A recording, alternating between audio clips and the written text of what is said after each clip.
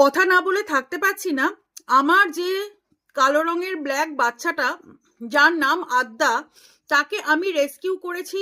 তার মারণ যন্ত্রণা, মারণ রোগে সে পথে পড়েছিল।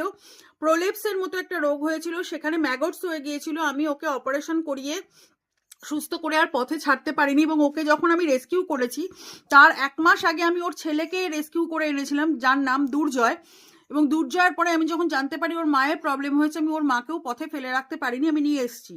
তো একটা বুড়ি, ওকে বুড়ি বলেই সম্বোধন করছি আমি, আজকে আমাকে কমেন্ট করেছে যে ন্যাকা আমাদের আরাধ্যা দেবী আদ্যা মায়ের নাম কালা কুত্তাকে দিয়েছে। শুধু ওই বুড়িটা কেন বলবো, যে কোনো ছোড়াছুড়িও লিখছে, আমাকে হিস্ট্রি লিখে দিচ্ছে। আপনি আপনার গর্ভজাত সন্তানের নাম আদ্যা দিতে পারতেন, তাই বলে আপনি কালা কুত্তাকে দেবেন?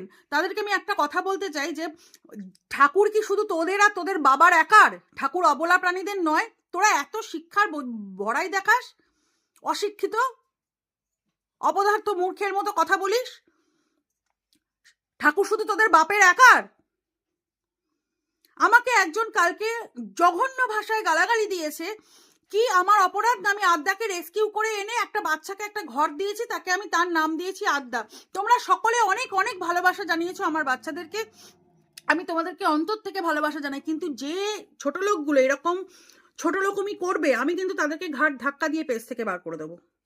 আর অলরেডি করেওছি, কমেন্ট ব্লক করেছে। ওদের উত্তর দেওয়ার প্রয়োজন আমি মনে করি না। আমি ভিডিওটা করতে বাধ্য হলাম যে বুড়িটা আর 2 দিন পর ও হয়তো ঘাটে উঠবে, আর 2 দিন পরেই ঘাটে উঠবে। মুখটা, ও আমাকে ন্যাকা বলছে, মুখটাই ব্যাকা ব্যাকা মার্কা আমি যা দেখলাম।